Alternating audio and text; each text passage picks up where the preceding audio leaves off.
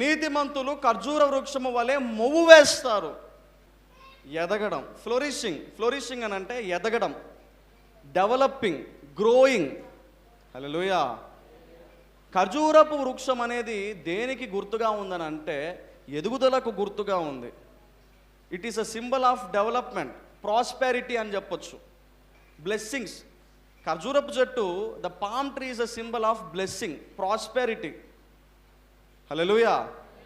అది మాత్రమే కాదు, ఖర్జూరపు వృక్షం అనేది ఆశీర్వాదానికి గుర్తుగా ఉంది, ఆశీర్వాదానికి గుర్తుగా ఉంది, జీవమునకు గుర్తుగా ఉంది. It is a symbol of life.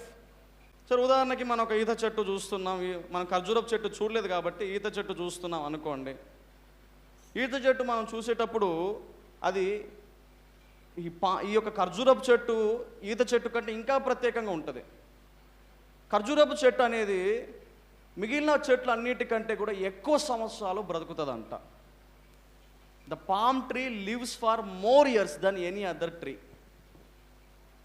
ఎందుకు దేవుడు ఈ చెట్టునే తీసుకున్నాడంటే it is a symbol of life, జీవానికి గుర్తు ఈ చెట్టు. హల్లెలూయా. దేనికి గుర్తు? జీవమునకు గుర్తు. It is a symbol of life. అంటే అర్థం ఏంటిది?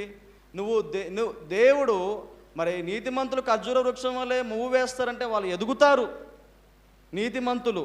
రెండవది, వాళ్ళు జీవిస్తారు, వాళ్ళు ఆశీర్వదించబడతారు అని మనం చూస్తూ ఉన్నాం.